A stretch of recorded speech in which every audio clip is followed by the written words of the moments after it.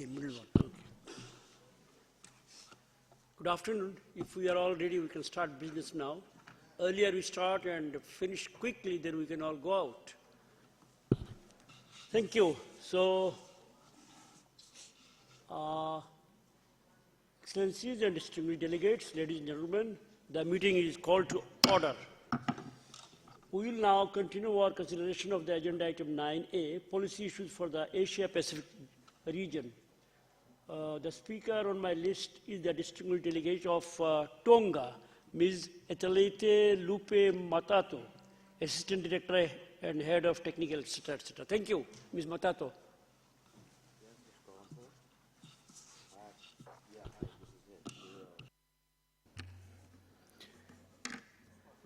On behalf of the Government of Tonga, I would like to congratulate Your Excellency in taking up the role as chair for this session.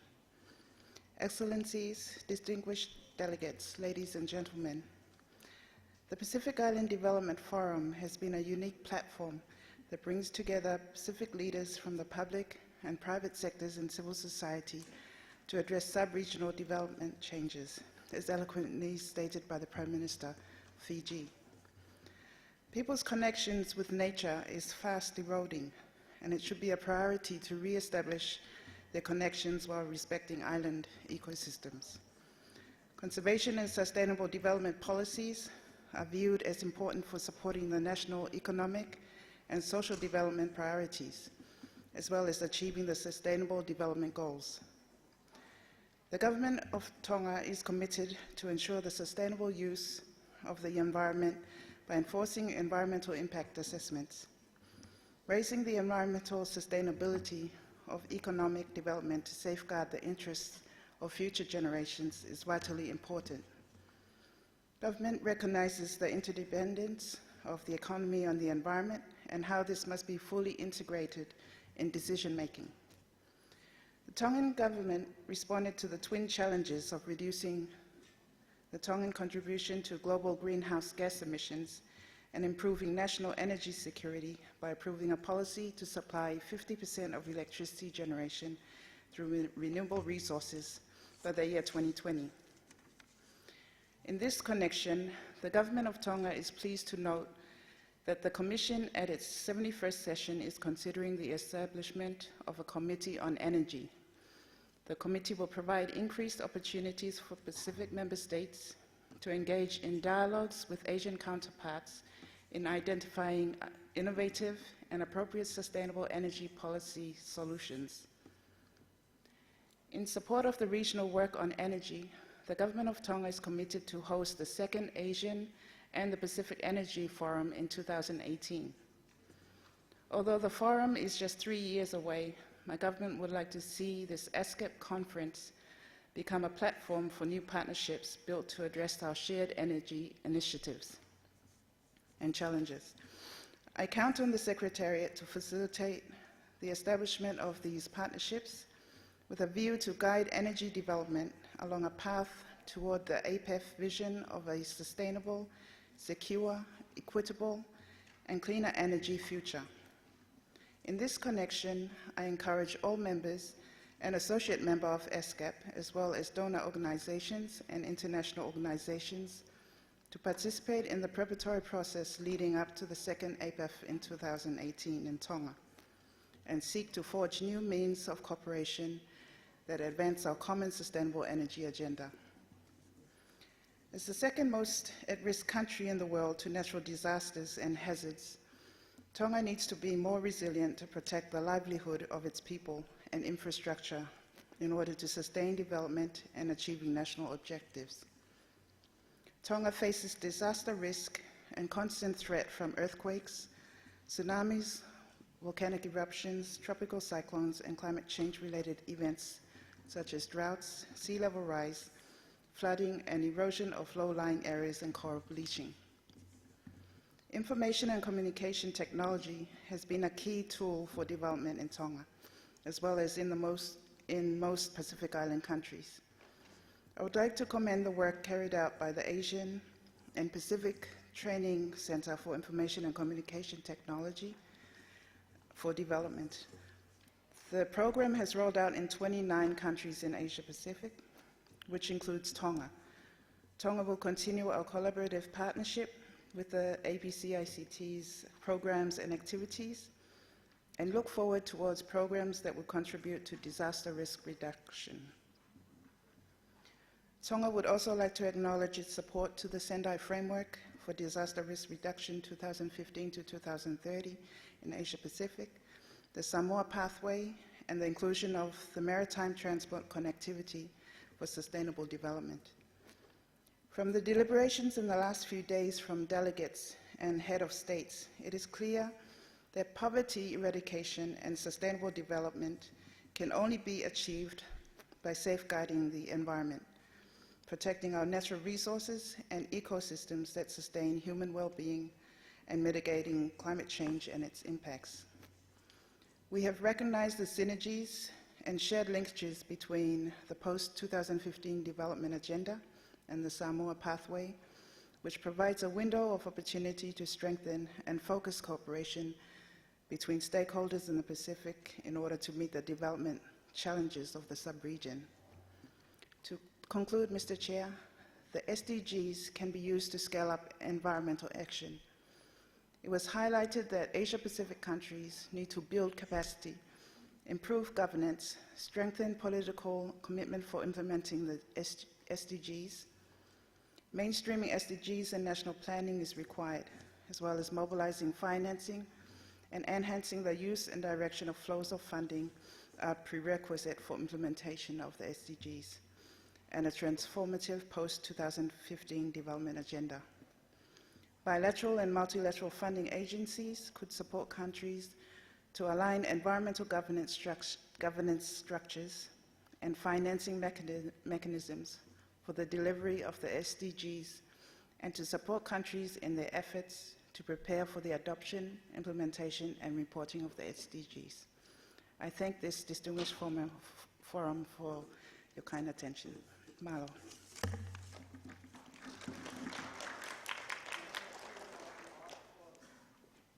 Oh, I'm sorry. Thank you, Ms. Matato, for your speech. Now I ask for the distinguished delegate of Sri Lanka, Mr. A.K. Seniviratna. You have the floor, sir. Mr. Chairman, distinguished delegates, ladies and gentlemen. First, I would like to thank the Government of Thailand and the Executive Secretary of ESCAP and her staff for the excellent arrangement made for this meeting. I greatly appreciate the effective role ESCAP plays in paradigm development, integrating economic, social, and environment protection of member countries through institutional framework and strengthening capacity by regional cooperation and think tanks. The effort of the ESCAP have been immensely helpful to Sri Lanka in formulating policies of our endeavor to move Sri Lanka to a middle-income country. Let me share with you a brief account of Sri Lanka's recent economic development. We have been fortunate to record a sustainable economic growth. The annual average inflation came down to 4% and unemployment rate is 4.3%. The budget deficit is 6% of GDP, while government debt as a percentage of GDP is 75%. Sri Lanka has been successful in reducing the poverty as reflected in the decline of the poverty headcount ratio to 6.7 in 2013 from 15.2% in 2006. This indicates the decline of the number of people living below the national poverty line. However, persistent high level of poverty in rural areas remains a key issue to be addressed.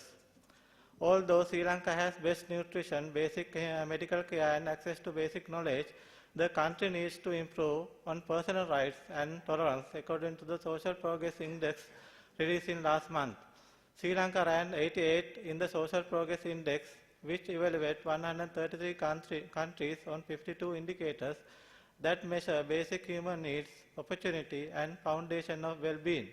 In the basic human needs dimension, Sri Lanka ranks 75th, while the foundation of well-being dimension, Sri Lanka ranks 81, scoring highest on access to basic knowledge, but lacks on the ecosystem sustainability component. In the opportunity dimension, Sri Lanka ranked 95th.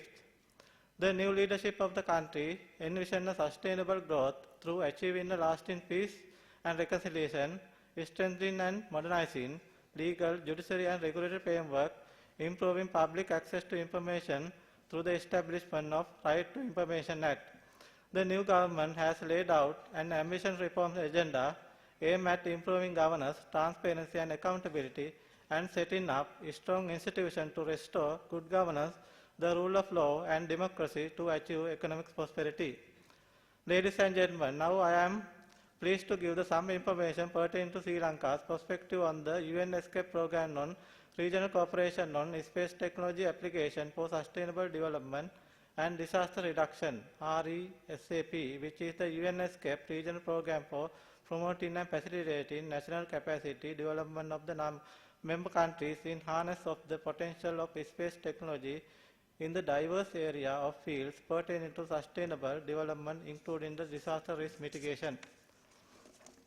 Given the importance of the Sendai framework on DRR, SFDRR to the countries in Asia and the Pacific, Sri Lanka wishes to request UN ESCAP Secretariat to take forward the implementation of SFDRR at the regional level. Further taking note of the important role of the science, technology and innovation in SFDRR, Sri Lanka wishes to urge the Secretariat to deepen the STI application, particularly effective use of space technology and ICT application through regional cooperation for disaster risk reduction in this region. In our journey toward the middle-income country, the government places a strong emphasis on human capacity development. I wish to place my appreciation on support given by various UN ESCAP programs in this regard. Enhancing the use of ICT and guiding today's youth towards using technology is of prime importance to us.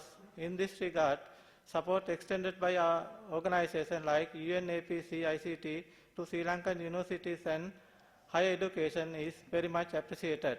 May I, in conclusion, express my sincere appreciation of the efforts of UN ESCAP team to promote socio-economic development in the region, and in that spirit, the continued support extended to Sri Lanka.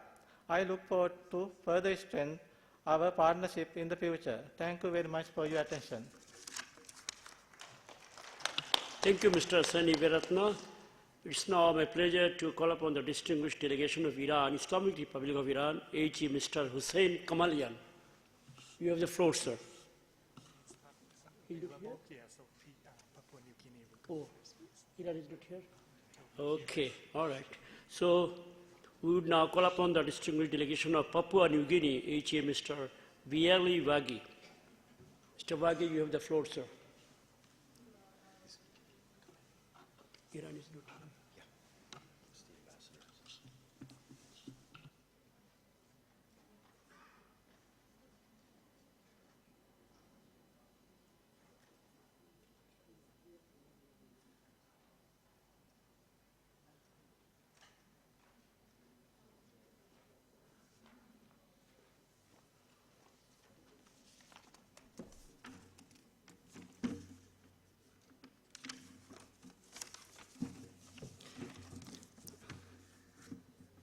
Chairperson, Excellencies, and distinguished delegates.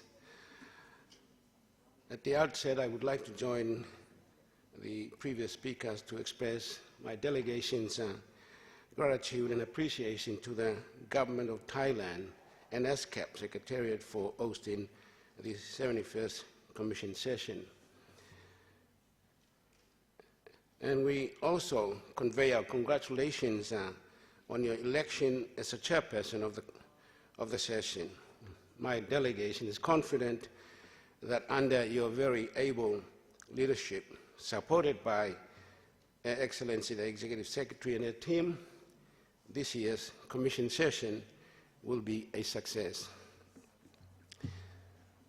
Chairman, the 71st Commission session theme, balancing the three dimensions of the sustainable development from integration to implementation, not only provides a region-wide platform for member states, but also for Papua New Guinea to explore opportunities to meet the challenges of sustainable development, including the MDGs and the key UN ESCAP issues pertinent to all our countries. The issues in particular I want to focus on relates to the need for statistical data, development of transportation and infrastructure, liberalizing trade and increasing flow of investment, climate change issues, the relevance of agriculture to growth and development, connectivity through information, communication technology, and Pacific SIDS aspiration comparable to green economic growth in the region. The post-2015 development agenda, which will be adopted during the 70th session of the United Nations General Assembly this year in New York, will again require a collective regional approach to achieve the goals. And as always, this forum provides an important role, plays an important role in doing that for all of us as member states of the Commission.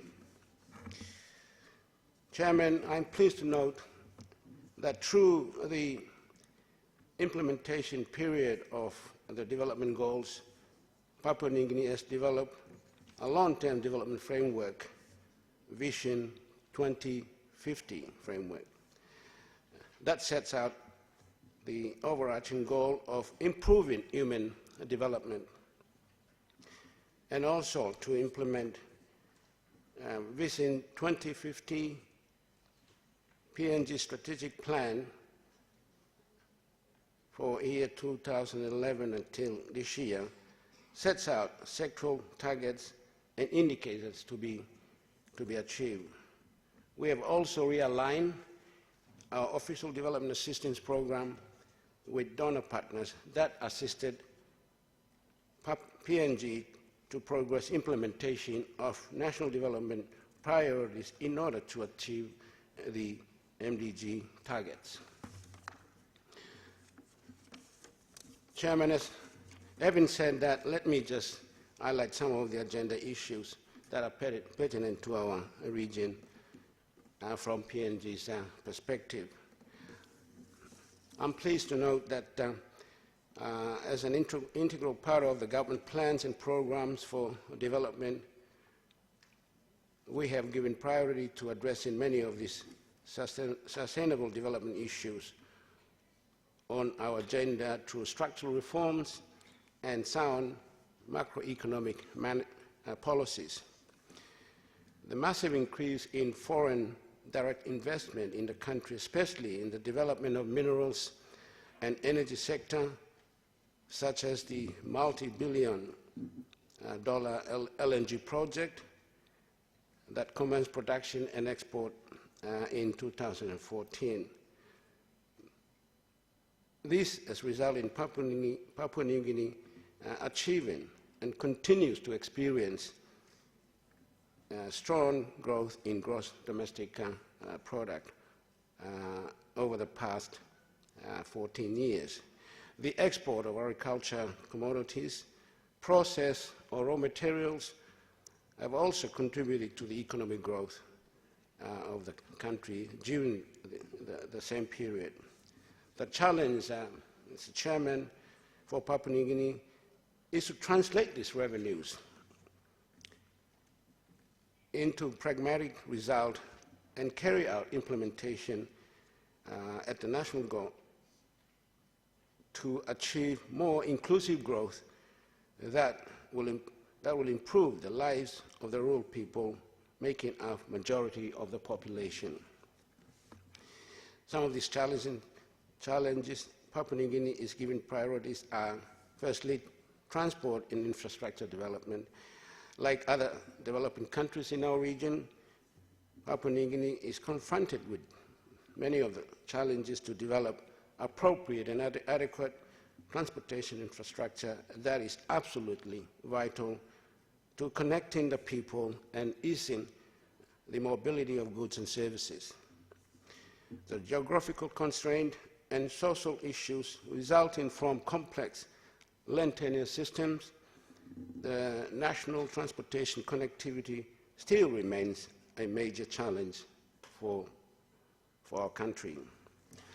To address this, Chairman, Papua New Guinea government has not only developed appropriate sectoral plans and programs, but has also realigned a medium-term development plan for implementation.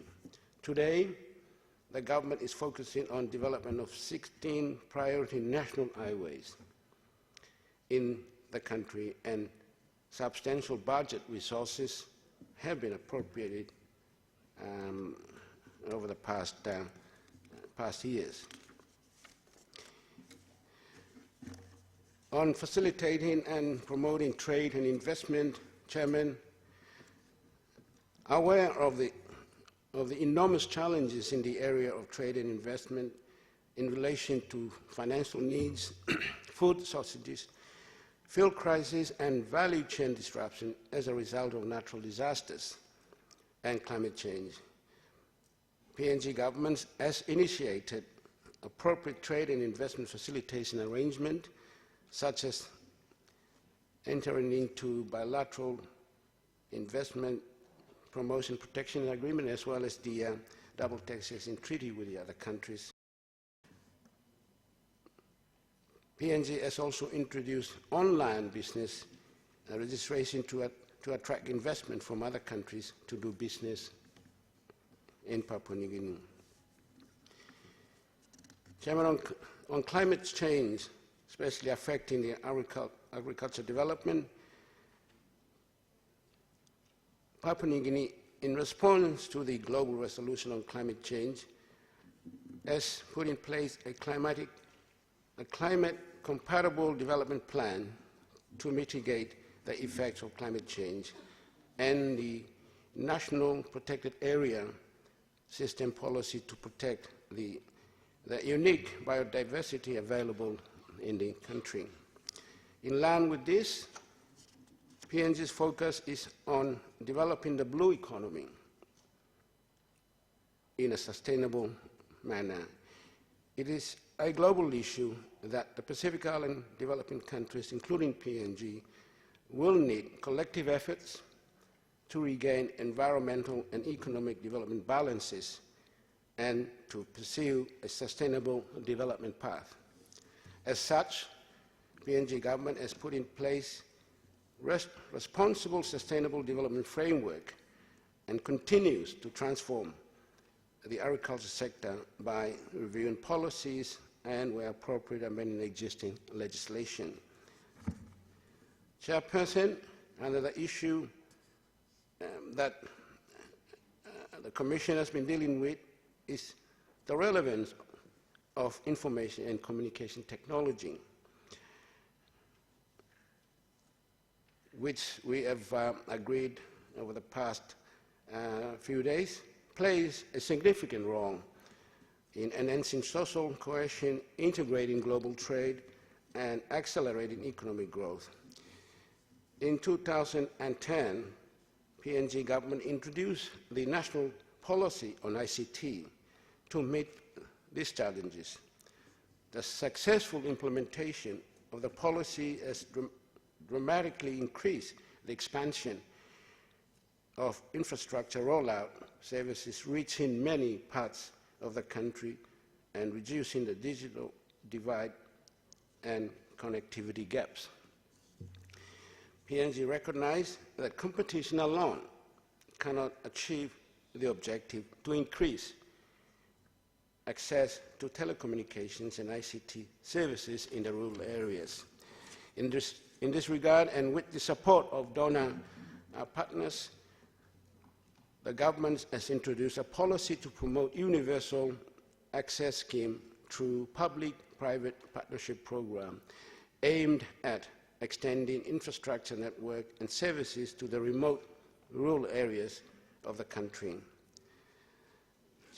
Chairman, like other countries in the region, PNG is not prone to natural disasters such as drought, flooding, sea level rise, cyclones, volcanic eruptions, and landslides. We have in place a disaster management system in partnership with our development partners and the private sector to improve early warning systems. In fact, the government, in partnership with the private sector, is utilizing its mobile phone networks in sending out early warning through text messaging. Another issue is the importance of statistical data and information, which many delegations refer to in their statement. Chairman, the availability of reliable statistical data and bridging the data gap remains a major challenge to Papua New Guinea. We require reliable data to do planning for environmentally sustainable economic developments for social services such as health, education, and infrastructure to reduce poverty levels. With proper infrastructure in place and availability of reliable data, trade and investment can be facilitated, promoted, and further enhanced to propel economic growth and to also track reliable result of MDGs in the country.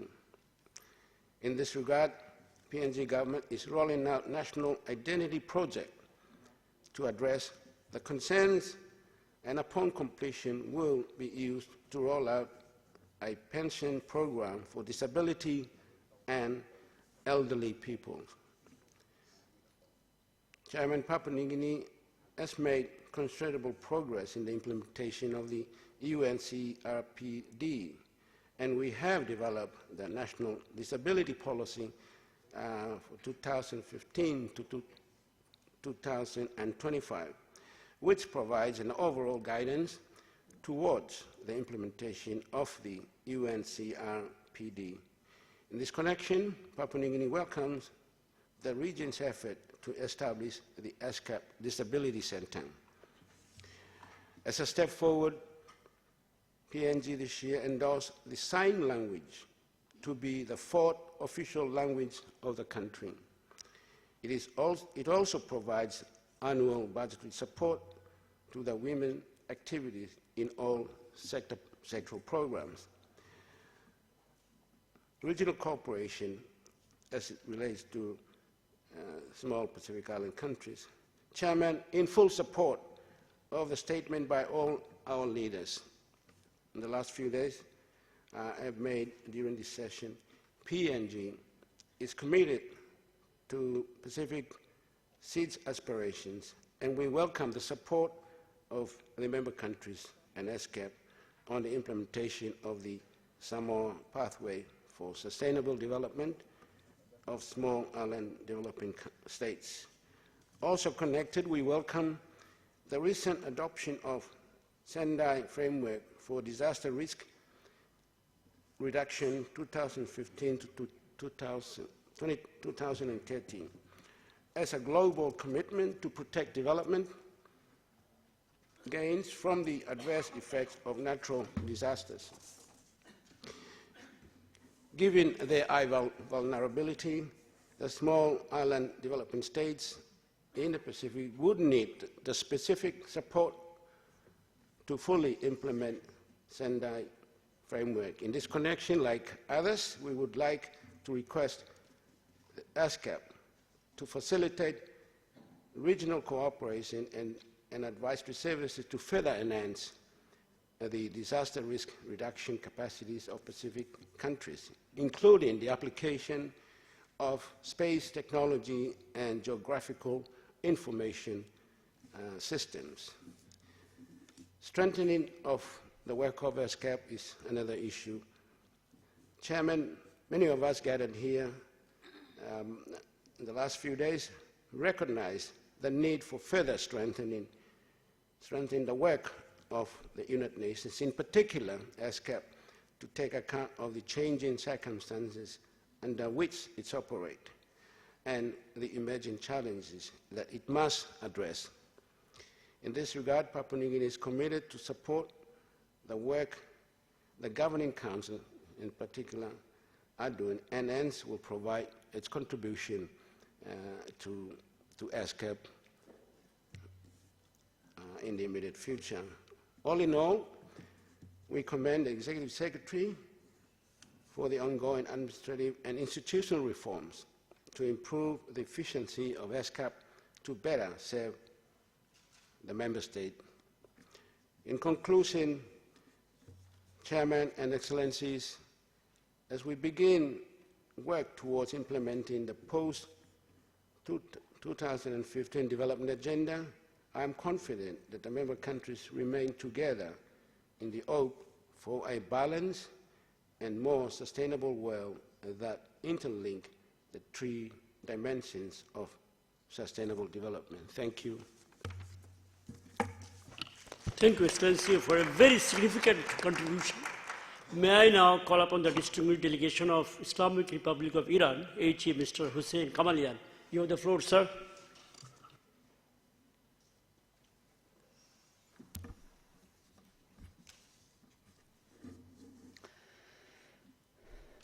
Bismillah ar-Rahman ar-Rahim. Mr. Chairman, distinguished delegates, ladies and gentlemen, at the outset, I would like to congratulate you, Your Excellency, on your assumption as the chair of this meeting of the 71st session of the Commission. I'm confident that the ongoing session will contribute to inclusive and sustainable development as well as regional integration and robust cooperation in Asia and the Pacific. Mr. Chairman, distinguished delegates, the 71st Commission session is being held in an atmosphere in which the world feels more than ever the need for peace and stability as an integral part of development and poverty eradication. The fulfillment of such an ambitious goal is highly dependent on countries' firm decisiveness and the engagement of international entities, particularly the United Nations and its subsidiary regional commissions, in building economic infrastructure and sustainable development in the developing countries. We need to embark on accurate, realistic planning, financing, and implementing of agreements in order to achieve the three dimensions of sustainable development. This necessitates not only a strong partnership among the ESCAP member states, but also continuation of help and support from developed countries in the context of North-South cooperation. ESCAP Secretariat is expected to pave the ground for the fulfillment of such cooperation with an effectively target-oriented approach by placing the matter high on the agenda. Energy security is regarded as one of the key elements associating economy with security. Having easy access to energy together with increasing transparency in the global market, especially in favor of least developed countries, is an undeniable prerequisite of building infrastructure for economic growth and development. The Islamic Republic of Iran, counting on its huge natural reserves, expresses its readiness to help ensure energy security all over the world by playing a constructive role based on principle of mutual interests. Securing energy supply and demand can primarily pave the way for transforming energy into the most sustainable factor of peace and stability in the region and worldwide. In this context, we welcome and support the creation of a new Committee on Energy as the result of conference restructuring. Distinguished delegates, with regard to economic sanctions, they can have a negative impact on target countries by limiting their trade balance and cooperation with the world impeding the inflow of finance and foreign investment to the domestic market of affected countries, as they are often intended to paralyze their economic cooperation and social development. Unilateral economic sanctions unfairly imposed on Iran, in particular in the field of oil and gas industry, has also affected already global economy. To live up with these daunting challenges, the policy adopted by the new government of the Islamic Republic of Iran is aimed at cooperating with international community, scaling up the volume of economic transactions with the world, building fruitful interaction with multilateral financial institutions, as well as taking initiatives and reform in different sectors, including transferring public projects and infrastructure plans to the private sector, and establishment of multilateral dialogue with non-governmental sectors, as well as civil society. As a result of new policy, a promising perspective of stable growth is expected. In the same line, I would like to underline that the Commission, in line with the post-2015 development agenda, could adopt a new approach on the promotion of economic reforms through the region by preparing a draft resolution according to which successive countries in the region assist other member states with reforms policies. Mr. Chairman, distinguished delegates, my country is currently facing a number of ecological problems, including inter alia, periodical microdust storm, and a long severe forecasted drought. To help efficiently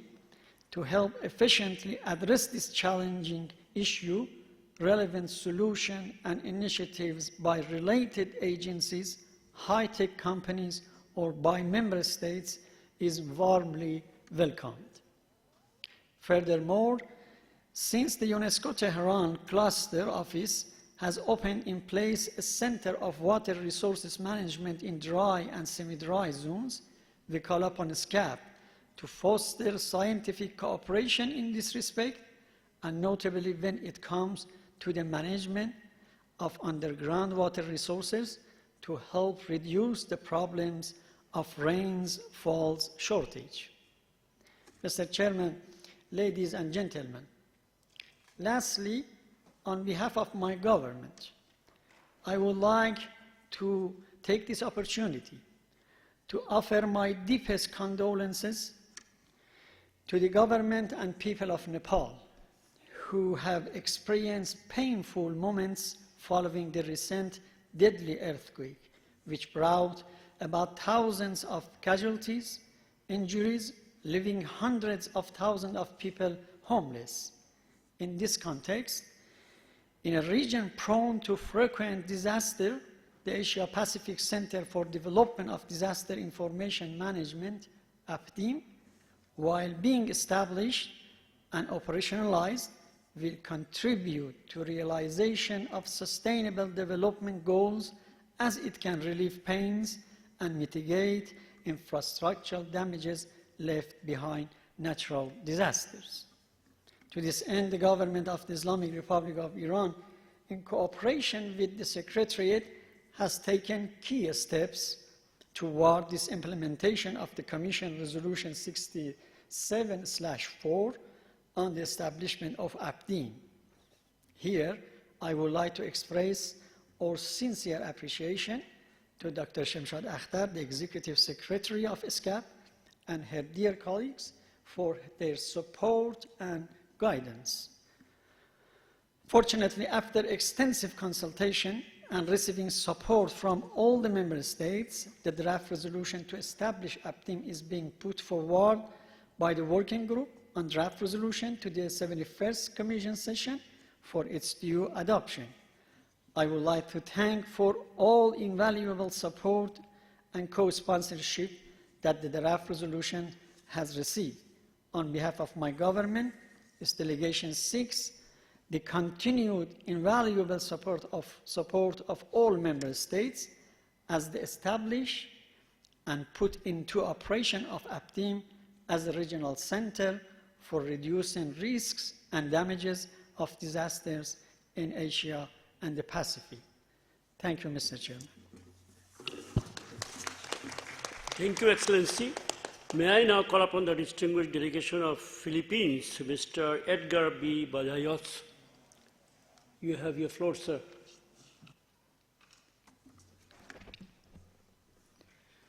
Your Excellency, Mr. Chairman, heads of delegations, the Executive Secretary of ESCAP, Excellencies, distinguished colleagues, ladies and gentlemen, good afternoon. It is my honor and privilege to deliver the Philippine country statement on behalf of Minister Arsenio Balisacan, who unfortunately could not make it today because of a sudden development that requires his presence back home. Before I read the full statement, however, please allow me, Mr. Chair, to also congratulate you on your election as chair of this commission's session, and also join the other delegations in commending and congratulating the Royal Thai government and the ESCAP Secretariat for the excellent preparations you've made to ensure the success of this session. So please allow me now to read the statement, and I quote, "First of all, I'd like to commend the ESCAP for highlighting inclusive and sustainable economic and social development for the 71st session of the ESCAP, topics which the Philippines has also pushed forward as the host of this year's APEC meetings. I bring to this forum the Philippine experience in inclusive development, our accomplishments and learnings, as well as the many challenges we still face for which we think regional cooperation is critically needed. With the current administration rooted on a platform of good governance, we are proud to report that the Philippines is now traversing a higher growth path. Our average growth rate these past 5 years, recorded at 6.27% this year, is the highest 5-year average in nearly 4 decades. We have achieved this against a backdrop of sound macroeconomic fundamentals, characterized by a low and stable inflation rate, a robust financial sector, prudent fiscal ratios, and a healthy external position. The challenge now is how to sustain such growth and make it more inclusive while observing the rights of every individual. First, we acknowledge that sustaining this growth requires access to broader markets on the one hand, and innovations and investments in capacity on the other. All of these strategies involve behind-the-border reforms and regional cooperation. Even the domestic reform agenda can be guided by a framework on regional cooperation, such as commitments to open trade and improve the mobility of capital, goods, services, and people. To this end, tourism, trade and investment, and connectivity in maritime, air, land, and ICT must be further developed. Maritime connectivity is particularly important in allowing greater mobility of goods across the Asia-Pacific.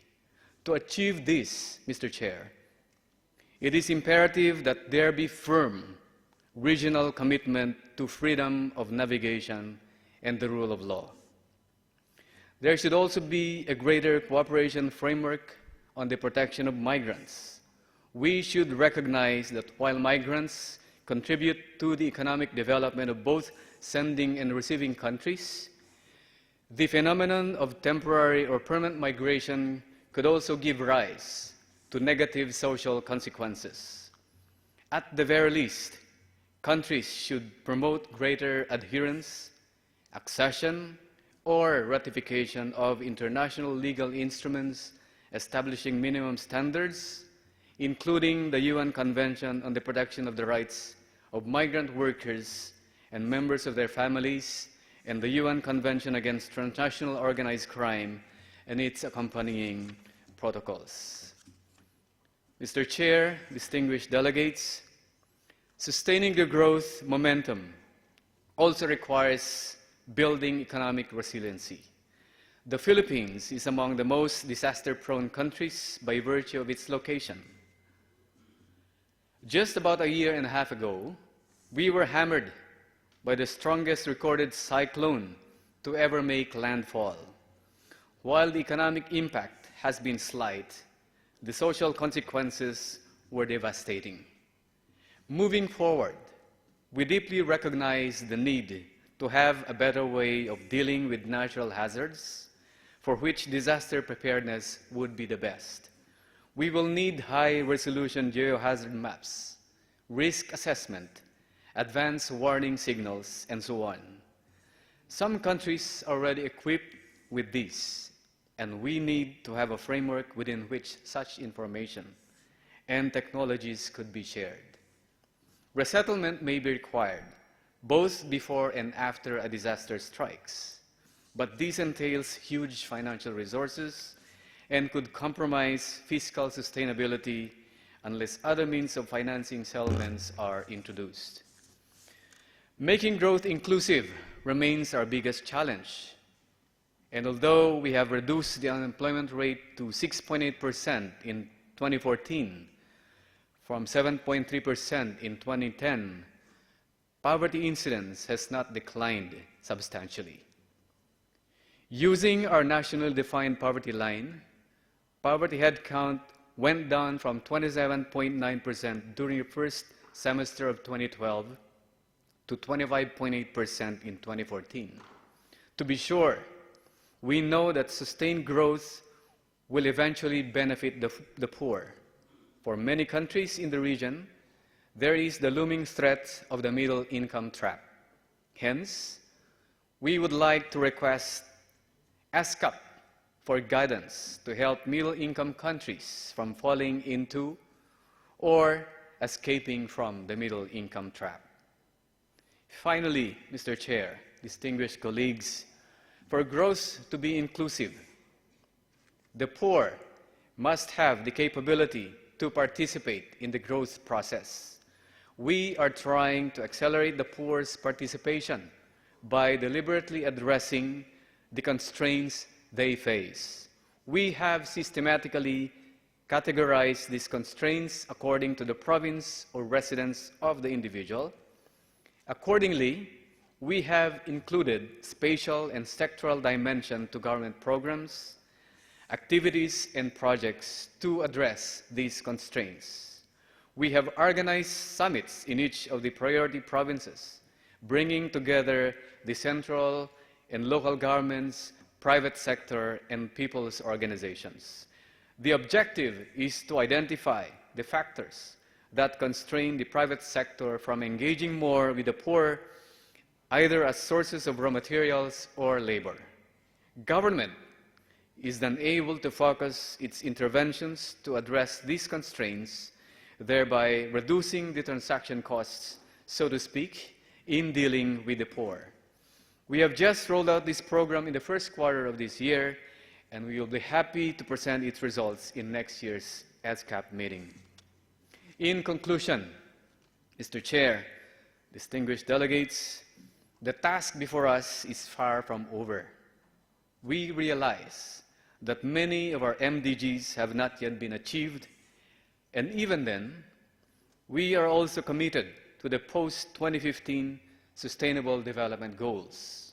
We know that we share the same motivation with the other economies. Hence, we look forward to working with ESCAP and cooperating with other economies to improve the quality of life of our constituencies both now and in the future. Thank you, Mr. Chair, distinguished delegates, for your kind attention. Good afternoon. Thank you, Philippines. May I now ask the distinguished delegation of Australia, Ms. Octavia Borthwick. Ms. Borthwick, you have the floor.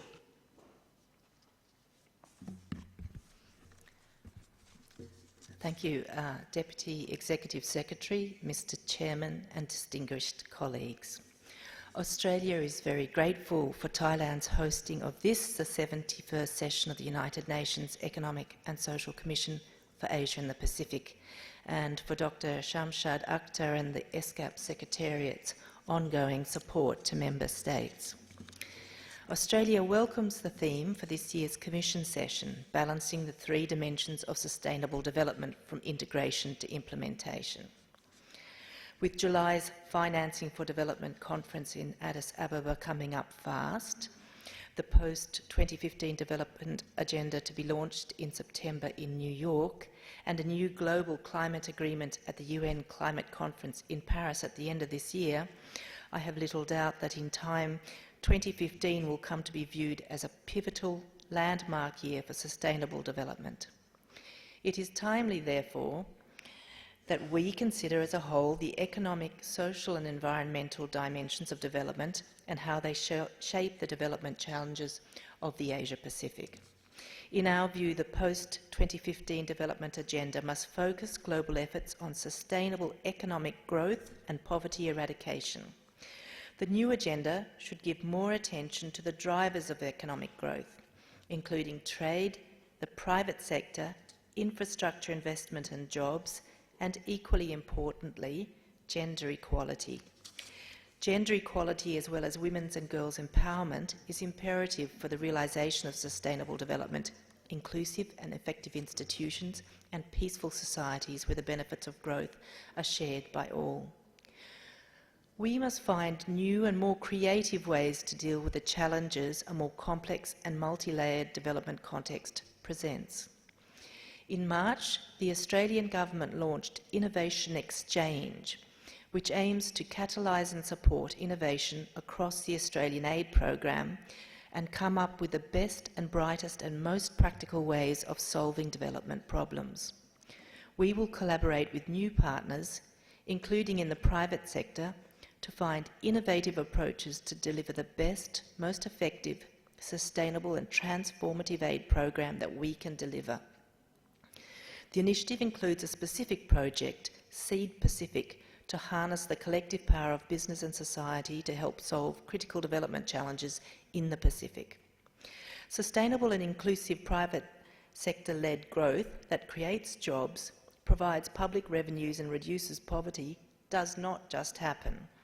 Private sector development requires the creation of conducive domestic and international environments which help to support inclusive growth while generating development opportunities for all.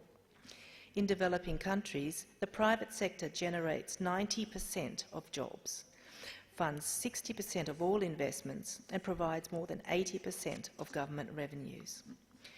Critically, we must also ensure that growth and opportunities are fairly distributed and that wealth creation is inclusive and does not reinforce existing inequities. We can no longer afford to bear the financial cost of not engaging women fully in the economy. It is estimated that the Asia-Pacific alone loses around $50 billion a year because of limited access by women to jobs. Australia also strongly supports the sports development that actively includes and benefits people with disabilities. Just this week launching a new strategy for strengthening disability inclusive development in Australia's aid program. This enables countries to harness the potential contribution of all citizens, maximising opportunities for poverty reduction and sustainable economic growth. Australia is committed to working with others to deliver a strong and effective global climate change agreement in Paris at the end of this year. Australia supports the below 2-degree goal as the compass for global climate action. To this end, Australia is taking strong and effective action on climate change, and we are on track to meet our 2020 emissions reduction target.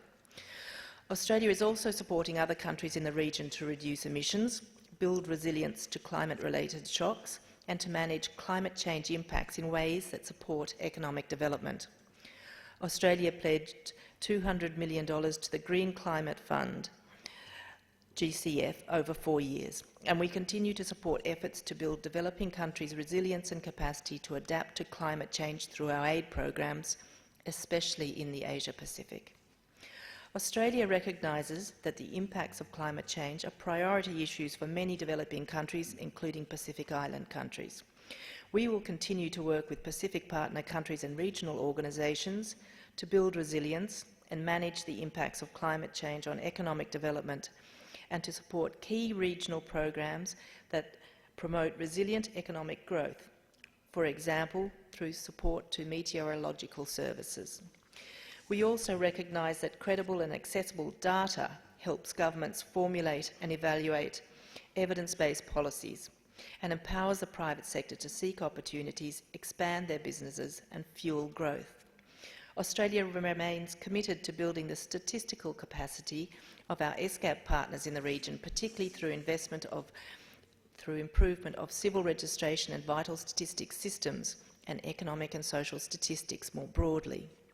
Good quality statistical frameworks that will help Member States tailor their implementation of the SDGs by illuminating the areas where most work is required. Another key in implementing such a far-reaching post-2015 agenda is forging a new global partnership between all actors and harnessing all sources of development finance, both traditional and non-traditional. Through the global partnership, we commit to many partnerships with a range of sectors and stakeholders, including governments, the private sector, non-government organisations and civil society.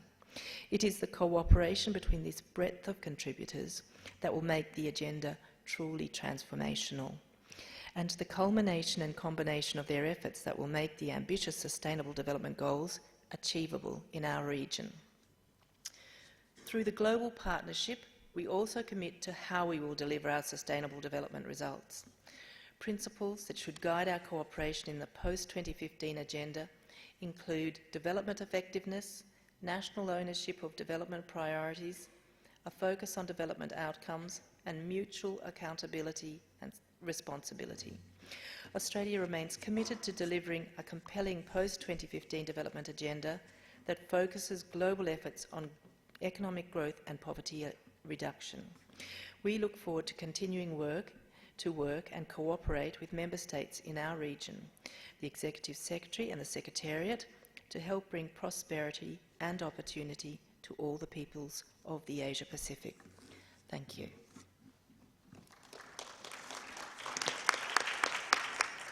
Thank you, Australia. My next speaker is Ms. Cashel Grandison of USA. You have the floor, ma'am.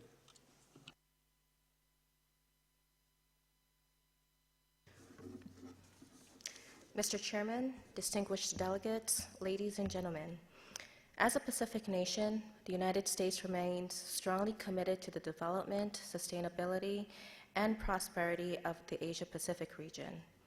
The United States is a long-standing member of the UN Economic and Social Commission for Asia and the Pacific, and appreciates the work of this body to promote sustainable development and regional cooperation. We congratulate Executive Secretary Akhtar for managing a productive session. The United States supports this year's theme of balancing the three dimensions of sustainable development from integration to implementation. We are firmly committed to greater integration within Asia and believe enhanced connectivity and more open markets can help achieve sustainable development. The United States supports a post-2015 development agenda that articulates clear, ambitious, and measurable goals and targets to advance sustainable development. Committing to a post-2015 agenda that drives development, ensures our world is safe and healthy for many generations to come, and works to eradicate extreme poverty and reduce concrete vulnerabilities for the world's poorest is critical to our advancement as a global society.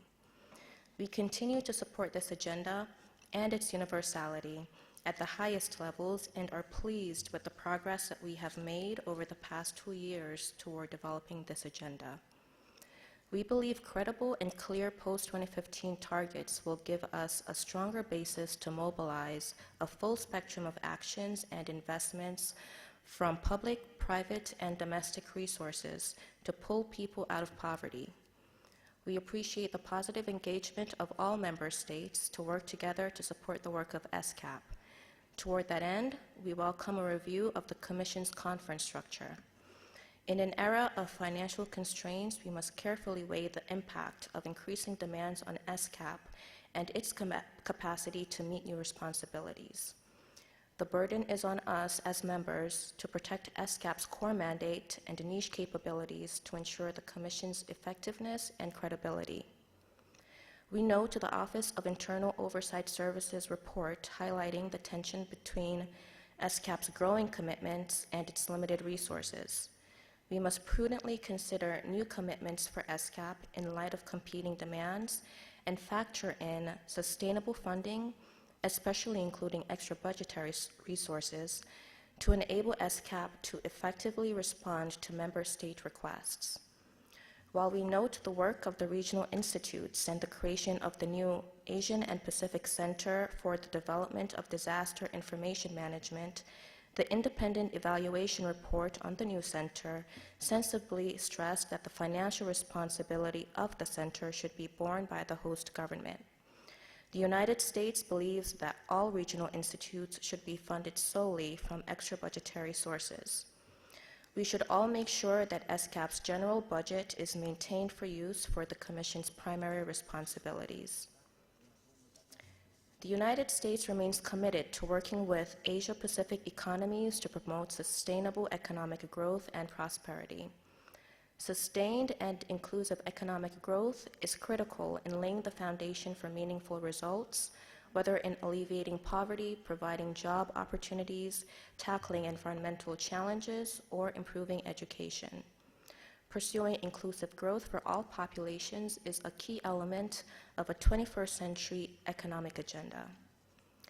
We continue to deepen our historic ties in the region, build new partnerships, and engage with existing multilateral organizations such as ASEAN and the Secretariat of the Pacific Community to pursue shared interests. The United States recognizes the growing need for effective multilateralism to address common global challenges. We look forward to continued constructive engagement within ESCAP and other multilateral fora as we face today's greatest challenges together. Thank you.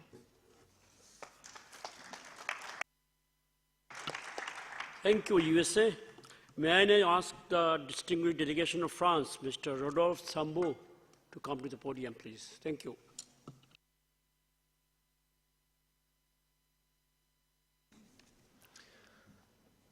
Monsieur le Président, Excellences, distingués délégués, la France se félicite de la qualité des débats qui se sont tenus lors de cette session sur un enjeu essentiel, équilibrer les trois dimensions du développement durable, de l'intégration à la mise en œuvre, qui témoigne de la prise de conscience collective, progressive et salutaire de l'ensemble des pays de la région.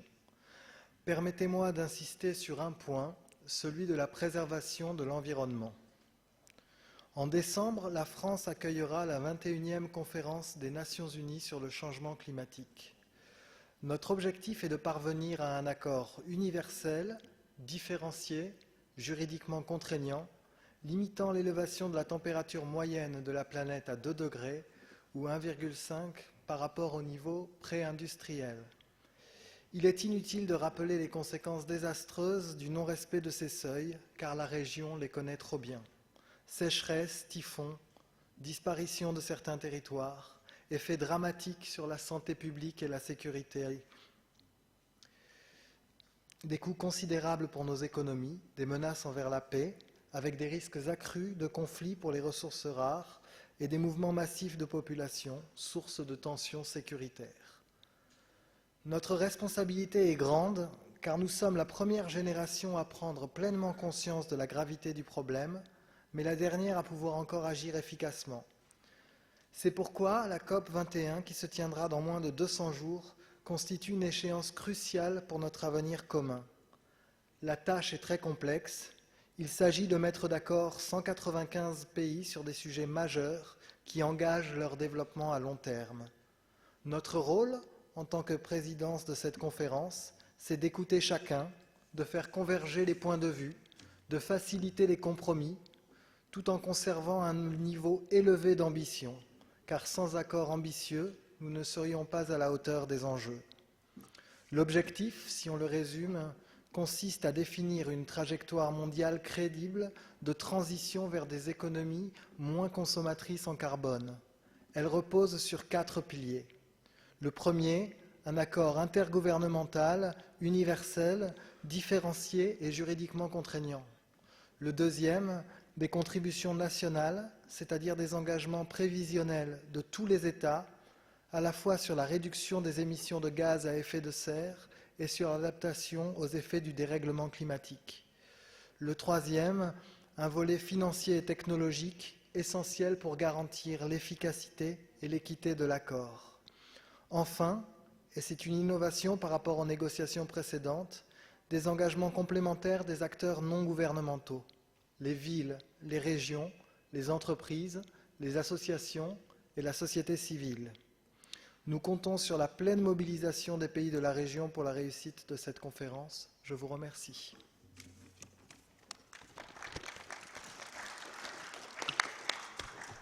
Thank you, France. May I now ask Mr. Fong Gai of Hong Kong, China to come to the podium, please.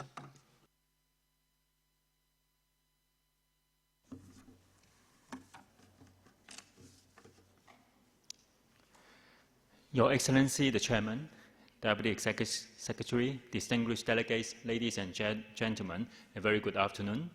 On behalf of the Hong Kong China delegation, I would like to congratulate the Government of Thailand and the ESCAP Secretariat on the very successful organization of this meeting. I am also grateful to the government and the people of Thailand for the very warm hospitality and your smile extended to us. I would like to begin my remarks with a brief overview of the Hong Kong China's economy. Our economy grew modestly by 2.3% in real terms in 2014, down from 2.9% in 2013. This was mainly attributed to the slow global economic recovery, slackened tourist spending, and a weakened domestic demand. Looking ahead, Hong Kong China's export performance will still be affected by various uncertainties, including the slow global economic recovery and geopolitical tensions in various regions. In the latest round of review, Hong Kong's economy is forecast to grow by between 1% to 3% for 2015 as a whole. According to the World Commission on Environment and Development, sustainable development refers to development that meets the needs of the present without compromising the stability of future generations to meet their own needs. To this end, Hong Kong China has been working wholeheartedly through a multi-pronged approach. We fully share the view of ensuring a balanced and integrated approach in taking forward sustainable development from integration to implementation. Sustainable development for Hong Kong China means finding ways to increase prosperity and improve the quality of life while reducing overall pollution and waste, meeting our own needs and aspiration without doing damage to the prospect of future generations, and reducing environmental burden we put on our neighbors and helping to preserve common resources. In simple terms, we endeavor to build Hong Kong into a world-class city and make Hong Kong a clean, comfortable, and pleasant home. To achieve this, we recognize that every citizen, every business, and every government bureau and department has to work in partnership. And I would like to spend a few minutes sharing Hong Kong's experience. To ensure the integration of sustainability considerations into the policy formulation and decision-making process, the Hong Kong government has put in place a sustainability assessment system for all its major initiatives before they are submitted to the top decision-making bodies within the government for consideration. The sustainability assessment system provides a structured framework for bureaus and departments to examine the sustainability implications of their proposals and identify cross-sectorial and sensitive issues for early attention. The system comprises a computer-aided evaluation tool to guide policy and project proponents to go through a structured and step-by-step process by answering a number of key questions relating to economic, social, and environmental aspects. Results generated will help policy and project proponents to critically assess the sustainability implications of their proposals. Such a rigorous process has helped to promote the concept of sustainable development within the civil service.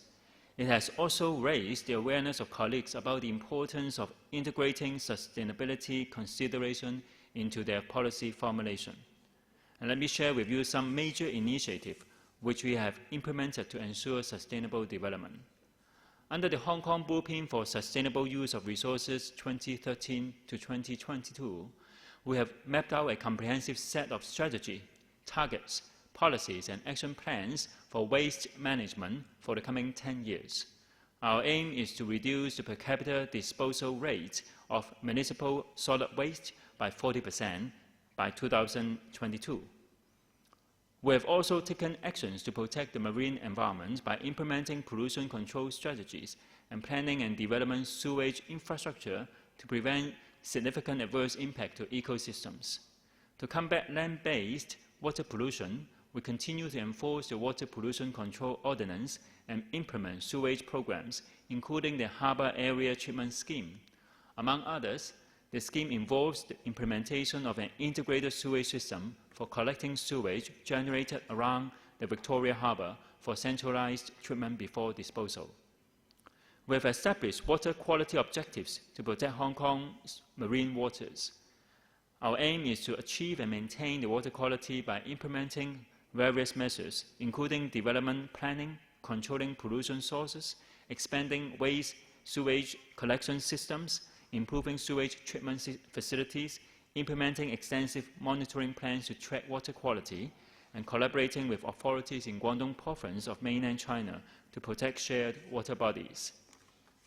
The concept of sustainable development requires a change of mindset to bring about full integration of economic and social development with the needs to conserve the environment.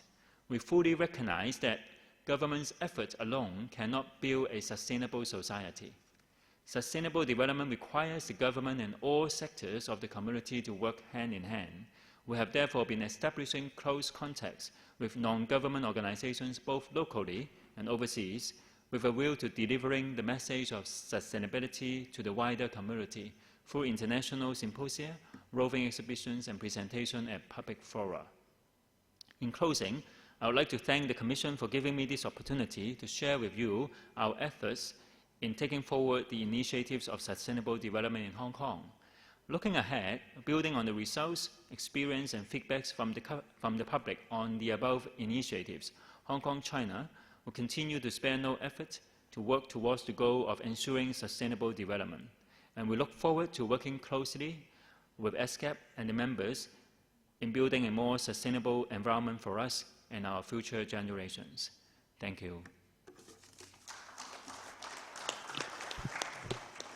Thank you, Mr. Ngai from Hong Kong, China. May I now ask my last speaker, H.E. Dr. Shamil Aliskarov, Secretary General of ECO. You have the floor, sir.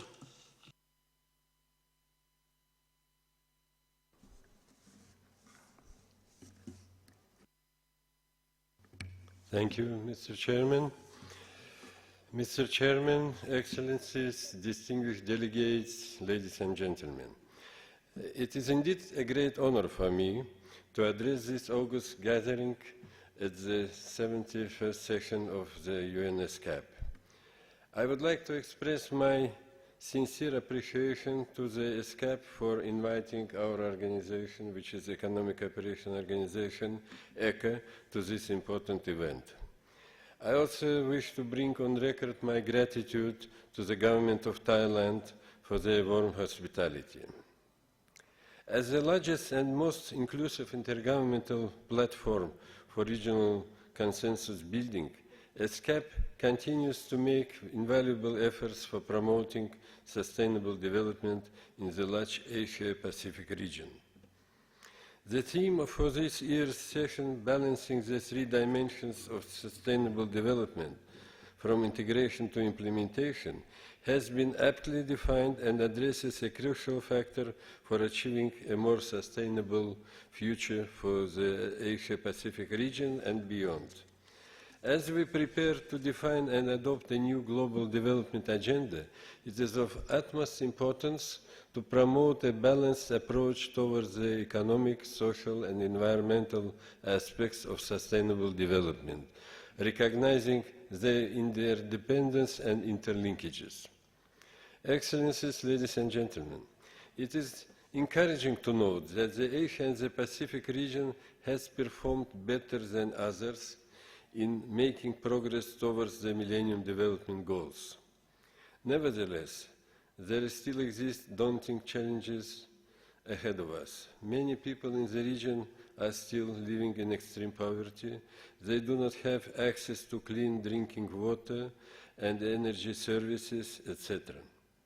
In order to close the development gaps and to achieve our development goals, it is vital that the sustained economic growth should be achieved and which should benefit all strata of our societies.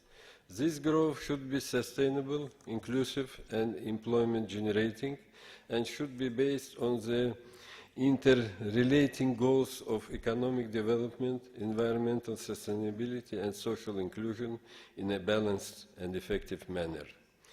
The existing regional growth levels are inadequate to eradicate extreme poverty and to address the emerging complex challenges of the region. To address the broader development concerns requires focusing on all aspects of sustainable development, and in this context, the theme of this session of the Commission offers a useful opportunity to exchange views and ideas for achieving a balanced approach towards sustainable development. Excellencies, ladies and gentlemen, let me now dwell on our organization. The ECA represents a regional intergovernmental organization of 10 member states, which endeavours to promote sustainable development of the member countries through the regional cooperation. It may be of interest to you to note that ECA started as an organization working to promote economic cooperation between the member states. However, it has gradually expanded its scope of activities to include the environmental and social dimensions of development, and as such, the theme of this year's session is very pertinent to the ECA's activities. Through measures to enhance and deepen cooperation in various sectors, ECA is making efforts to promote a balanced and effective integration of the three dimensions of sustainable development. Enhancement of regional trade and investment cooperation, leading to economic integration of the member countries, is central to the working of our organization. At present, the ECA region is in the process of implementing the ECA trade agreement known as the quota, which is its flagship preferential trading arrangement, which provides for reducing tariffs in the region to a considerably low level. Measures are also being taken to reduce and eliminate non-tariff barriers and enhance the member states' trade competitiveness. A major regional project for enhancement of trade capacities in the member states is being undertaken that will develop a regional quality policy and provide guidelines for national quality policies. The ECA is also in the process of coordinating and developing common policies with regards to trade and investment, finance and economy, tax and customs administration, and trade promotion. The ECA region has a significant potential to become more integrated through trade liberalization and facilitating movement of goods among the member countries. The ECA also strives to assist its member states in strengthening private sector cooperation, trade promotion activities, establishing the required infrastructure for regional connectivity, and providing finance for regional trade through operations of ECA Trade and Development Bank, which was established by the member states for this organization. Through various initiatives, the ECA is taking necessary steps to enhance regional trade and investment, leading towards better quality growth and shared prosperity for the member countries. Ladies and gentlemen, enhanced regional connectivity is essential for a balanced growth, and it calls for establishing economically and technically efficient transport networks that meet the highest safety and environmental standards, and also take full account of the social dimension. In this context, it is to be noted that ECA has a good record of utilizing a corridor-based approach as a means of promoting transport connectivity and is moving increasingly towards upgrading safety aspects and integrating environmental consideration in its development strategies in all areas, including the transport sector. With a fast-growing energy demand, the member states in the ECA region require adequate, efficient and affordable provision of energy services, for which regional energy trade arrangements are vital. Therefore, we make efforts to establish a regional electricity market. While a number of large-scale energy projects have been implemented in our region, the member states are endeavoring to exploit synergies within various frameworks for promoting and facilitating regional energy cooperation. Greater focus is being now laid on renewable and alternative sources of energy as part of the ECA's efforts in line with the global drive towards sustainable energy. The ECA also serves as a regional platform for exchange of experiences and coordinating policy measures with regards to the environmental and climate change issues. Environment is a cross-sectoral issue now and is being accorded increased focused attention with the ECO framework. Steps are being taken to identify options for building future resilience in regional environmental challenges tackling. In collaboration with its international and regional partners, the ECA is adopting measures to build more resilient economies and societies that are able to withstand natural disasters and recover from them in an effective manner. Given that health is a key determinant of socio-economic growth and development, the ECA Ministers of Health are in the process of developing a plan of action for health cooperation. This plan, which is in line with the emerging global health agenda, aims to improve the health conditions in the member states and enhance the well-being of the people. During the past years, ECA has given increased attention to promoting cooperation for eradicating the menace of illicit drug trafficking, which jeopardizes the economic and social gains and adversely impacts the regional economies. Additionally, ECA has been developing cooperation with relevant partners in the area of legal and labor migration, which has the potential to create greater opportunities for employment and thus improve the well-being of the people, especially the vulnerable groups in the member countries. Despite the achievements made for the promotion of sustainable development of the region, there still exist key challenges to inclusive and sustainable economic and social development, which I would like to briefly highlight as seen from the ECA's perspective. There exist serious challenges which are impacting the region's growth. Gaps in infrastructure, lack of financial resources, insufficient production capacities and technological gaps, environmental degradation and growing inequality are some of the challenges that must be addressed in order to ensure enhanced, inclusive and sustainable growth. Extreme poverty cannot be eradicated, neither can be the emerging challenges addressed by relying solely on current growth levels. In order to address the wider development concerns, there is a need to foster new drivers of economic growth and to promote a more balanced approach focusing on all three dimensions of sustainable development. In the ECA region, its member states, especially the landlocked ones, have yet to fully benefit from the opportunities arising from enhanced connectivity. It is vital to ensure that these countries with special needs are connected to the rest of the world and receive commensurate share of the region's growing prosperity and wealth. We believe that the Vienna Plan of Action, which was adopted in 2014, should be vigorously pursued by all of us. There are only some of these challenges facing us. These are only some of the challenges. The cooperation and partnerships among the regional and sub-regional organizations in the Asia-Pacific region should be enhanced.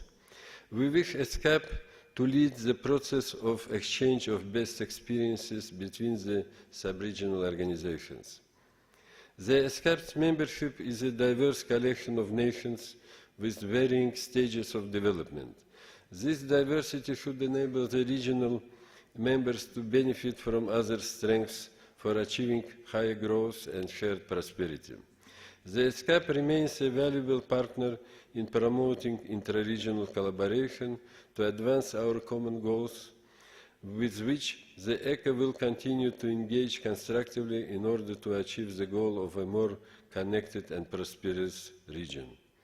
Let me conclude by saying that ECA has enjoyed good cooperation with ESCAP for many years, and we are hopeful that in the coming years we will continue and enhance our cooperation to jointly address the common challenges we face today. Thank you very much.